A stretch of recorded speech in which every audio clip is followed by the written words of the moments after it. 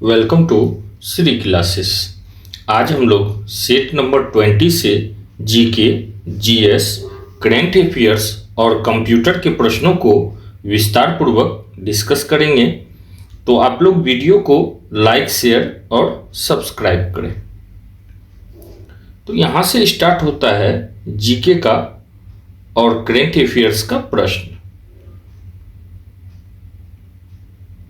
तो question number first, isotone होते हैं ऑप्शन ए समान संख्या में प्रोटॉन, ऑप्शन बी समान संख्या में न्यूक्लियॉन, ऑप्शन सी समान संख्या में न्यूट्रॉन और ऑप्शन डी समान संख्या में इलेक्ट्रॉन। तो यहाँ पे हो जाएगा ऑप्शन सी समान संख्या में न्यूट्रॉन। तो आइसोटोन क्या होते हैं? तो समान संख्या में न्यूट्रॉन होते हैं। ठीक है, अब एक बार हम लोग आइसोटोन का जो परिभाषा है उसको समझते हैं क्या है। तो आइसोटोन समन्यूट्रिक में परमाणु संख्या भिन्न भिन्न लेकिन न्यूट्रॉन की संख्या क्या होती है? तो समान होती है। तो इस बात को हमेशा याद रखें कि आइसोटोन में जो न्यूट्रॉन की जो संख्या है वो हमेशा किस में होगा? तो समान फॉर्मेट में होगा। क्लियर हो गया? अब देखिए यहाँ से 2-3 प्रश्न को हम लोग और जानेंगे। तो सबसे पहले हम लोग यहाँ पे एक चीज को जानते हैं कि समभारिक क्या होता है और समस्थानिक क्या होता है। तो देखिए समभारिक में जो है भिन्न भिन्न तत्वों के परमाणु जिनका परमाणु भार समान, ठीक है, परमाणु भार क्या होगा? तो समान होगा, उसे क्या बोलते हैं? तो उसे हम लोग समभारिक बोलते हैं। ठीक है, अब दूसरा पॉइंट को हम लोग समझते हैं। दूसरा पॉइंट क्या है कि समस्थानिक क्या है? तो समस्थानिक में क्या होता है? तो सामान्य तत्वों के परमाणु जिसका परमाणु संख्या समान हो। ठीक है, इसमें क्या हो रहा है? तो परमाणु भार समान हो रहा है और उसी जगह यहां पे क्या होगा? तो परमाणु संख्या समान हो लेकिन द्रव्यमान क्या हो? तो भिन्न भिन्न तो हो। तो उसे क्या बोलते हैं? तो उसे समस्थानिक बोलते हैं। ठीक है, आई होप ये प्रश्न आप लोग को क्लियर हो गया होगा। नेक्स्ट देखते हैं हम लोग, निम्नलिखित में से ऊर्ध्वपात नहीं है।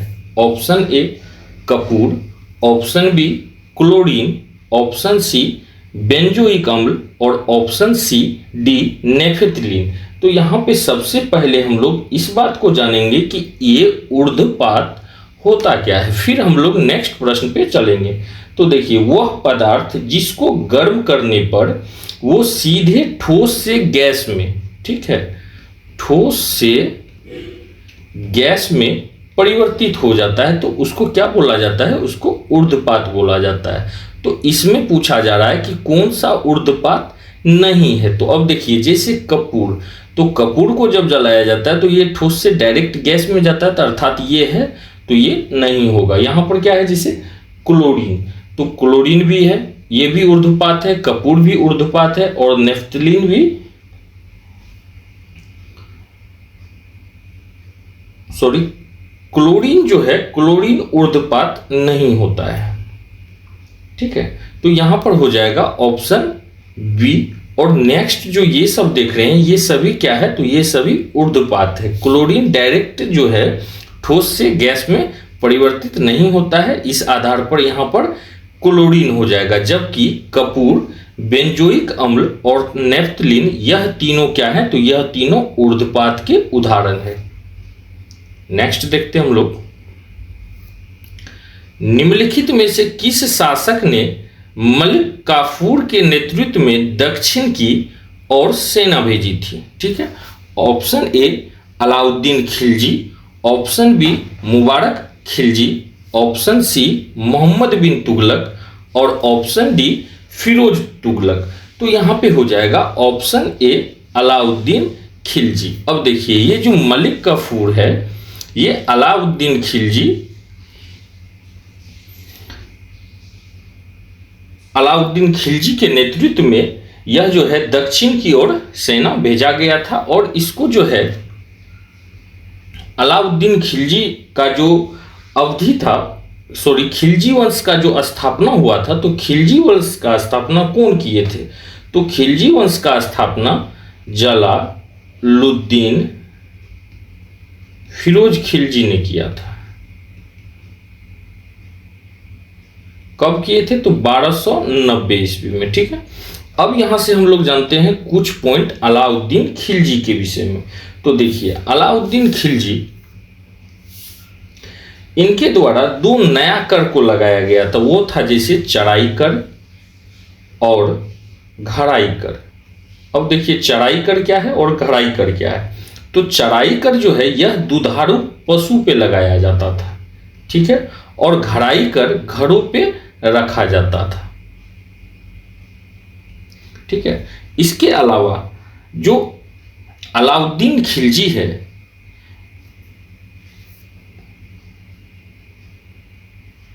अलाउद्दीन खिलजी के द्वारा ही जो है दक्षिण भारत की ओर मलिक कफूर को भेजा गया था। और साथ में यहाँ पे हम लोग क्या क्या जाने कि खिलजी वंश का स्थापना कौन किया था। तो खिलजी वंश का स्थापना जलालुद्दीन खिलजी किए थे। कब किए थे? 1290 ईस्वी में।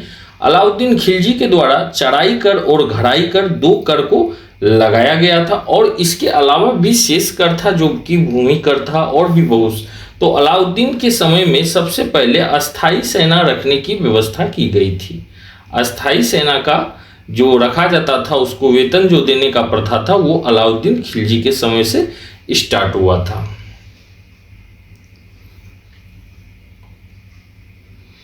नेक्स्ट देखेंगे हम लोग, तैमूर लंग ने निम्नलिखित में से किसके शासन काल में भारत पर आक्रमण किया था? Option A Qutubuddin Aibak, option B Mohammad bin Tughlaq, option C Nasiruddin Tughlaq, और ऑप्शन डी मुबारक खिलजी। तो यहाँ पे हो जाएगा ऑप्शन सी नसरुद्दीन तुगलक। तो तैमूर लंग ने नसरुद्दीन मोहम्मद तुगलक के शासन पे भारत पर आक्रमण किया था। ठीक है, अब देखिए, यह जो नसरुद्दीन मोहम्मद तुगलक थे, यह समझी तुगलक वंश का अंतिम शासक था। अंतिम शासक था तुगलक वंश का। ठीक है, और कभी कभी पूछा जाता है कि तैमूर लंग ने सर्वप्रथम भारत पर कब आक्रमण किया। तो तैमूर लंग ने 1398 ईस्वी में सर्वप्रथम भारत पर आक्रमण किया। ठीक है,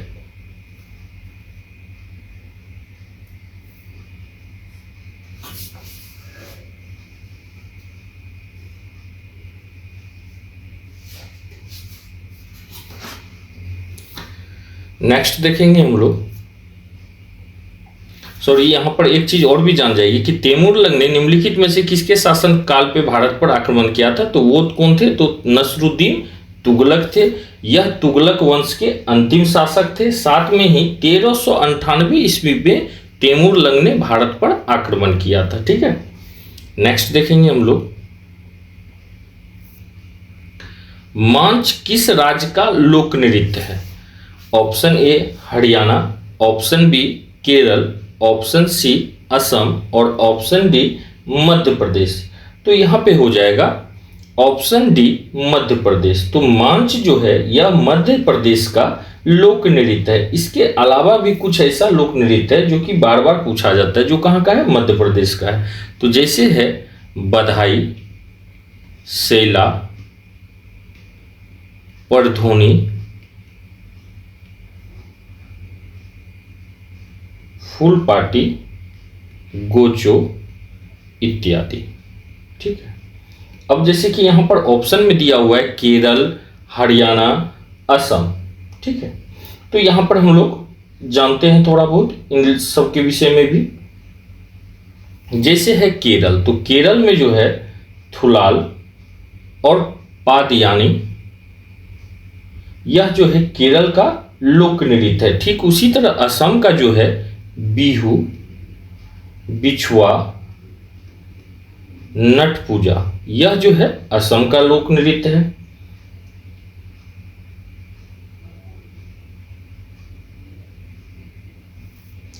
नेक्स्ट देखेंगे हम लोग, एबी रक्त समूह वाला व्यक्ति किस रक्त समूह के व्यक्ति से रक्त ग्रहण कर सकता है? तो ऑप्शन ए ओ एवं ओ से, ऑप्शन बी समूह ए एवं बी से, ऑप्शन सी समूह बी एवं ओ से, और ऑप्शन डी उपयुक्त सभी से। अब देखिए जो ए बी रक्त वाला व्यक्ति है वो कौन सा ग्रुप से रक्त ले सकता है, तो यहां पे हो जाएगा ऑप्शन डी। वो किससे ले सकता है, ए से भी ले सकता है, और ओ जो होता है ये डोनर ग्रुप होता है, यह सबको दे सकता है। और इसमें चूंकि ए बी आप दोनों देख रहे हैं तो ए बी जहां भी है उसका तो ये ब्लड लेगा ही, साथ में जो ओ है जो हम डोनर ग्रुप है इसका भी ब्लड वो ग्रहण कर सकता है। नेक्स्ट देखेंगे हम लोग, कार्बोहाइड्रेट का कौन सा प्रकार हमारे भोजन का मुख्य घटक है। Option A glucose, option B starch, option C cellulose, option D sucrose. तो यहां पे हो जाएगा ऑप्शन बी स्टार्च। ठीक है, तो कार्बोहाइड्रेट का स्टार्च हमारे भोजन का मुख्य घटक है। जैसे कि अब देखिए, सबसे पहले हम लोग जानेंगे कि कार्बोहाइड्रेट का मुख्य कार्य होता क्या क्या है। तो कुछ पॉइंट आपको बताते हैं, जैसे ऑक्सीजन द्वारा शरीर की ऊर्जा की आवश्यकता को पूरा करना, शरीर में भोजन संचय की तरह कार्य करना, विटामिन सी का निर्माण करना एवं न्यूक्लिक अम्लों का निर्माण करना। जैसे कि कार्बोहाइड्रेट के रूप में हम लोग चावल, आलू, यह सभी पदार्थ को लेते हैं, और ये सभी पदार्थ में क्या होता है, तो स्टार्च होता है। नेक्स्ट हम लोग देखेंगे पौधों में जाइलम का क्या कार्य है। ऑप्शन ए जड़ों द्वारा अवशोषित लवणों का संवहन, ऑप्शन बी भोजन का संवहन, ऑप्शन सी भोजन का निर्माण, और ऑप्शन डी श्वसन के लिए ऑक्सीजन का संवहन। तो यहां पे हो जाएगा ऑप्शन ए जड़ों द्वारा अवशोषित लवणों का संवहन।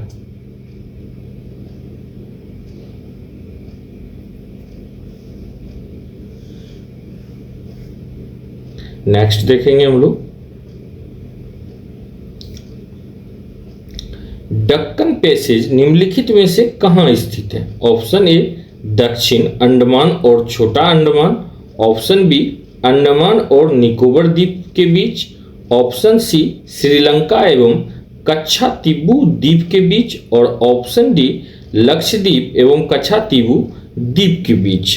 तो यहां पे हो जाएगा ऑप्शन ए दक्षिण अंडमान और छोटा अंडमान के बीच में क्या पाया जाता है, तो दक्षिण अंडमान और छोटा अंडमान के बीच में है दक्कन पैसेज। नेक्स्ट देखेंगे हम लोग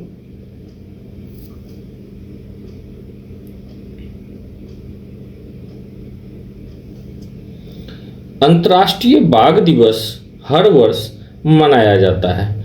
ऑप्शन ए 29 जुलाई को, ऑप्शन बी 25 जुलाई को, ऑप्शन सी 21 जुलाई को, और ऑप्शन डी 19 जुलाई को। तो यहां पे हो जाएगा ऑप्शन ए 19 जुलाई को। तो अंतर्राष्ट्रीय बाघ दिवस 19 जुलाई को मनाया जाता है।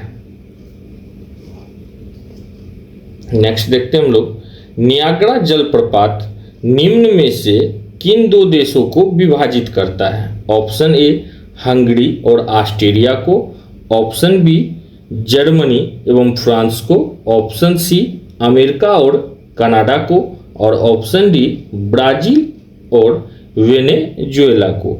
तो यहाँ पे हो जाएगा ऑप्शन सी अमेरिका और कनाडा को।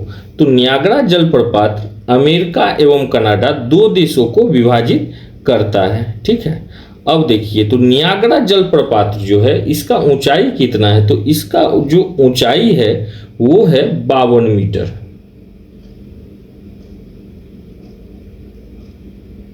ठीक है, नियाग्रा जलप्रपात ईरी और ओंटारियो झील के मध्य में है। ईरी और ओंटारियो, इस दोनों झील के बीच में कौन सा झील है, तो कौन सा जलप्रपात है, तो नियाग्रा जलप्रपात है। और किन दो देशों को विभाजित करता है, तो अमेरिका और कनाडा को। और इसका ऊंचाई कितना है, तो इसका ऊंचाई 52 मीटर है। नेक्स्ट देखते हैं हम लोग पंचायती राज को लागू करने वाला भारत का प्रथम प्रांत निम्न में से कौन था? Option A Punjab, option B Rajasthan, option C Gujarat और ऑप्शन डी उत्तर प्रदेश। तो यहां पे हो जाएगा ऑप्शन बी राजस्थान। तो पंचायती राज को लागू करने वाला भारत का प्रथम प्रांत का अगर बात किया जाए तो वो कौन सा था? तो वो था राजस्थान। ठीक है, अब देखिए यहां से बहुत सारा क्वेश्चन बनेगा, जैसे कि क्या है, तो पंचायती राज का उल्लेख संविधान के किस संशोधन से संबंधित है? तो 73वां जो संविधान संशोधन हुआ था तो वो उसका संबंध किससे है? तो पंचायती राज से। ठीक है, दूसरा देखिए, दूसरा यहां से प्रश्न बनता है कि भारत में पंचायती राज कब लागू किया गया? तो भारत में पंचायती राज का शुभारंभ जो है वो हुआ था 2 अक्टूबर 1959 में। ठीक है, तो सबसे पहले पंचायती राज हुआ था, राजस्थान को लागू किया था। 73वां संविधान संशोधन में पंचायती राज का उल्लेख है। पंचायत राज को कब लागू किया गया था? तो 2 अक्टूबर 1959 में। अब देखिए भाषा के आधार पर अगर पूछा जाए, भाषा के आधार पर प्रथम राष्ट्र राज्य का कौन निर्माण किया गया था? तो वो था आंध्र प्रदेश। ठीक है, नेक्स्ट देखेंगे हम लोग।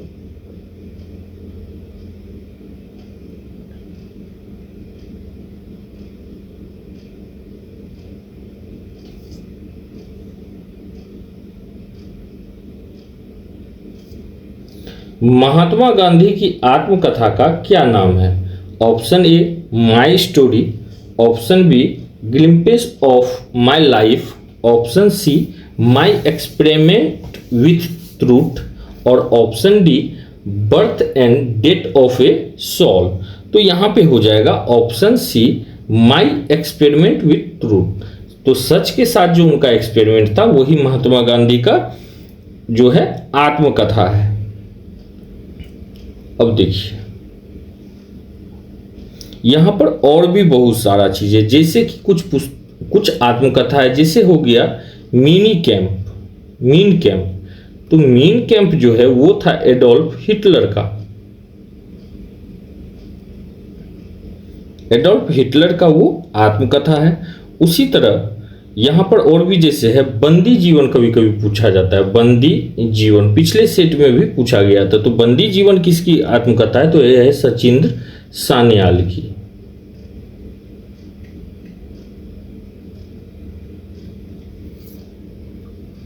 नेक्स्ट देखेंगे हम लोग, निम्नलिखित नदियों में से कौन सी नदी पश्चिमी घाट से निकलती है?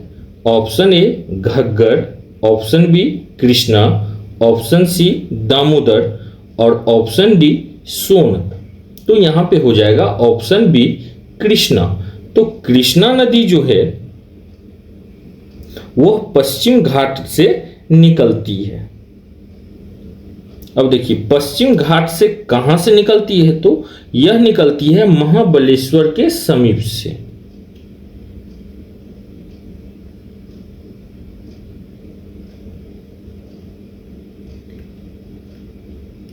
अब यहां से एक चीज और हम लोग जानेंगे कि कृष्णा नदी की कुछ सहायक नदी के विषय में पूछा जाता है, जैसे कि कौन कौन है? कोयना, पंचगंगा, घाट प्रभा, तुंगभद्रा। तो यह जो नदी सब है यह कृष्णा नदी की सहायक नदी है। कृष्णा नदी का जो कुल लंबाई है वो है 1401 किलोमीटर। ठीक है, नेक्स्ट देखेंगे हम लोग,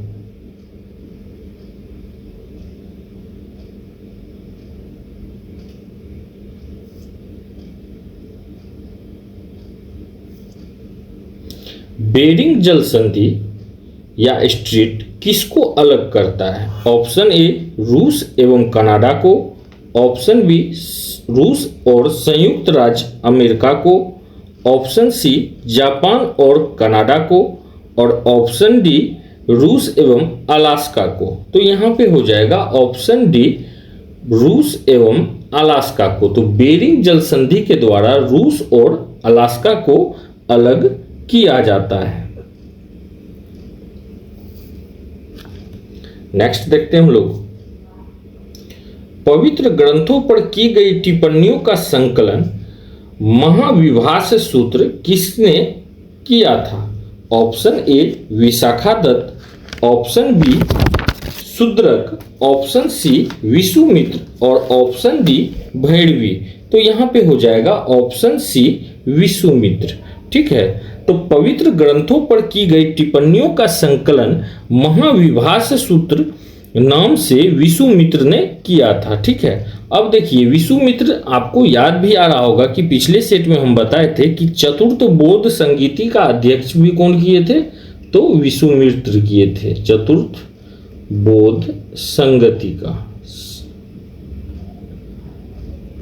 इसका भी अध्यक्षता विसुमित्र ने किए थे। ठीक है, उसी तरह जैसे है विशाखा दत्त, तो विशाखा दत्त के द्वारा मुद्रा राक्षस पुस्तक की रचना किया गया था। जैसे यहाँ पे दिया हुआ है भैरवी, तो भैरवी के द्वारा किरात तुजु नियम, किराता तुजु नियम पुस्तक का रचना किया गया था। और भैरवी के द्वारा, सॉरी ये यहाँ पे हम उल्टा लिख दिए, इसको एक मिनट हम मिटा लेते हैं।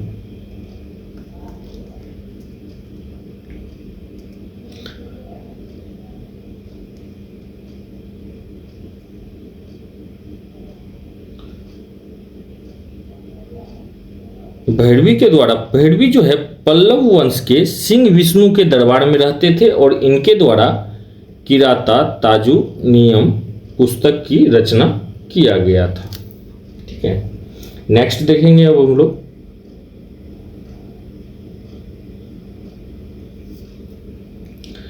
निम्नलिखित विद्वानों में से हड़प्पा सभ्यता का सर्वप्रथम खोजकर्ता कौन था? Option A sir John Marshall, option B R D Banerjee, option C A Cunningham और ऑप्शन डी दयाराम सहनी। तो यहाँ पे हो जाएगा ऑप्शन डी दयाराम सहनी।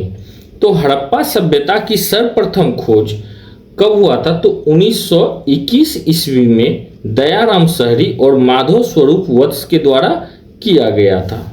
ठीक है, जैसे यहाँ पर दो चीज कॉमन है, जैसे यहाँ पे पूछेगा आर डी बनर्जी, तो आर डी बनर्जी के द्वारा मोहनजोदड़ो का खोज किया गया था। ठीक है, कब किया गया था? तो 1922 ईस्वी में। नेक्स्ट देखेंगे हम लोग, किसी अपराध का अन्वेषण किया जाता है। ऑप्शन ए पुलिस अधिकारी द्वारा, ऑप्शन बी कार्यपालिका या दंडा अधिकारी द्वारा, ऑप्शन सी तहसीलदार द्वारा और ऑप्शन डी न्यायिक दंडाधिकारी द्वारा। तो यहाँ पे हो जाएगा ऑप्शन ए पुलिस अधिकारी द्वारा। ठीक है, तो किसी अपराध का अन्वेषण जो है वो पुलिस अधिकारी के द्वारा किया जाता है। अब देखिए अन्वेषण के विषय में पहले हम लोग जानते हैं कि अन्वेषण का अर्थ क्या होता है। तो अन्वेषण का अर्थ अभियुक्त के विरुद्ध साक्ष्य एकत्रित करना होता है। ठीक है, साक्ष्य, तो वो साक्ष्य कौन एकत्रित करेगा? तो वो पुलिस करेगा। नेक्स्ट देखेंगे हम लोग, वारंट केस का अर्थ है ऐसा मामला, ऑप्शन ए जिसमें पुलिस अधिकारी बिना वारंट गिरफ्तार नहीं कर सकता है, ऑप्शन बी जिसमें पुलिस अधिकारी बिना वारंट गिरफ्तार कर सकता है, ऑप्शन सी संबंधित अपराध में सजा का प्रावधान 3 वर्ष से अधिक के कारावास का है, और ऑप्शन डी संबंधित अपराध में सजा का प्रावधान 2 वर्ष से अधिक के कारावास का है। तो यहाँ पे हो जाएगा ऑप्शन डी संबंधित अपराध में सजा का प्रावधान 2 वर्ष से अधिक के कारावास का है। ठीक है, तो वारंट केस का अर्थ यही होता है। नेक्स्ट देखेंगे हम लोग, अमेरिका के राष्ट्रपति जो बाइडेन ने विश्व बैंक के प्रमुख के रूप में किस भारतीय अमेरिकी को नामित किया? Option A Satya Nadella, option B Sundar Pichai, option C Arvind Krishna और ऑप्शन डी अजय बग्गा। तो यहाँ पे हो जाएगा ऑप्शन डी अजय बग्गा। ठीक है,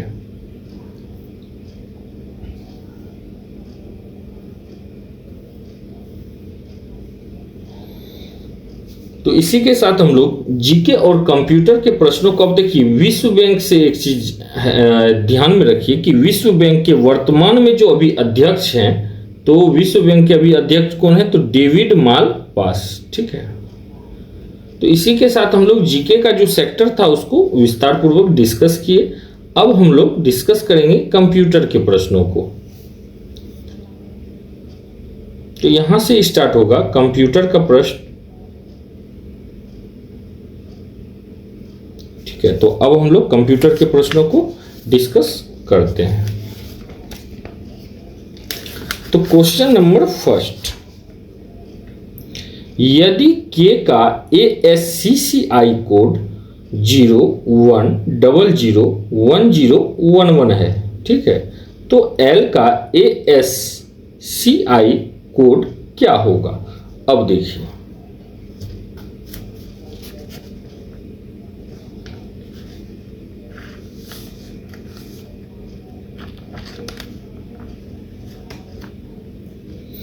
अब सबसे पहले यह वर्ण करने का एक क्या होता है? तो मानक होता है। ठीक है, तो इसके आधार पे हो जाएगा ऑप्शन डी।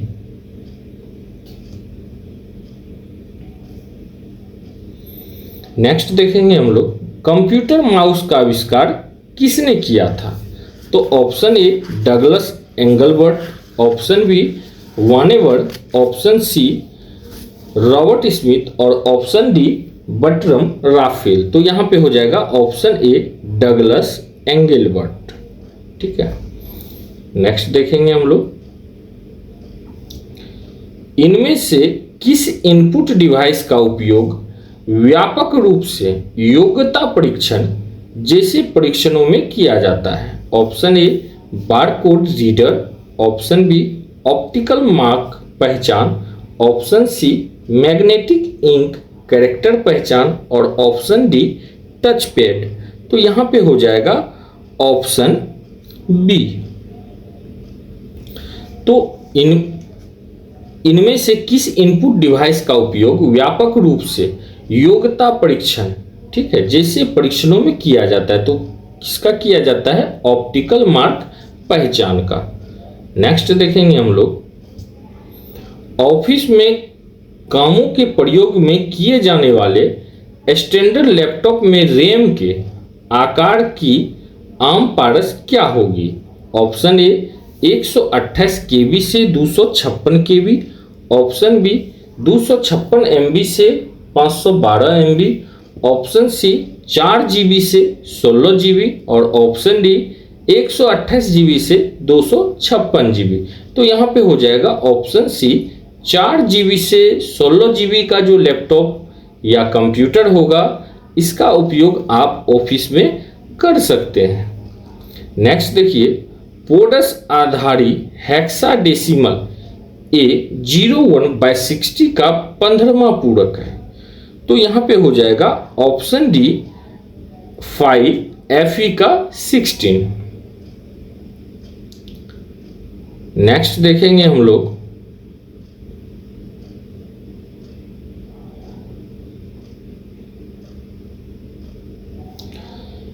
जटिल वैज्ञानिक गणनाओं के लिए प्रयोग किया जाता है। Option A basic BASIC, option C Fortran, option C COBOL और ऑप्शन डी PASCAL।